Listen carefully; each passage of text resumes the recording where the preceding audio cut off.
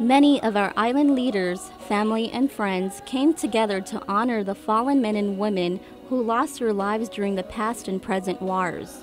Song of praise and honor were played at today's Memorial Day ceremony, and a wreath laying of all the wars our loved ones served in was commemorated by Guam military officials who placed wreaths recognizing the contributions of freedom our military men and women have fought hard for. Agnes Rolar, parent of the late Army Major Henry Officer, praises her son and the many others who have lost their lives.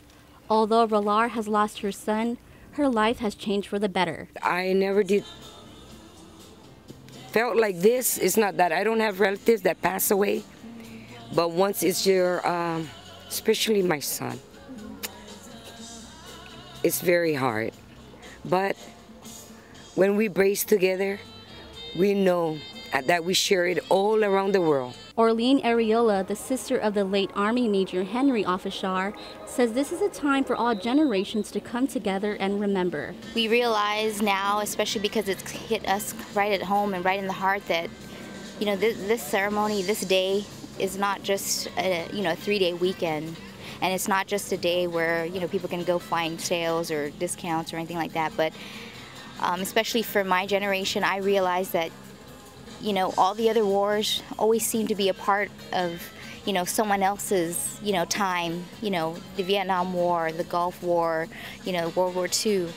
But this is something that my generation is going to have to, like my mom said, carry the torch from now on, and we're going to have to be the ones to start, carrying on this tradition. Today's Memorial Day ceremony would not be successful without the efforts of Guam's veterans who work hard to remember their fallen comrades. And finally, since the destruction of the cemetery chapel from Typhoon Pongsonghua, the chapel stood tall during the ceremony and housed many people in attendance to honor our fallen soldiers.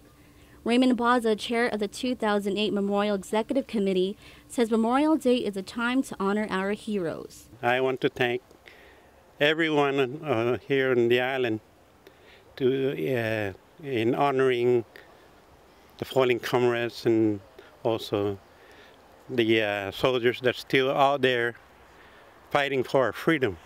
Today, island residents gather as we honor the many men and women who have paid the ultimate price so we may enjoy the freedoms we have today. Crystal Augustine, Pacific News Center.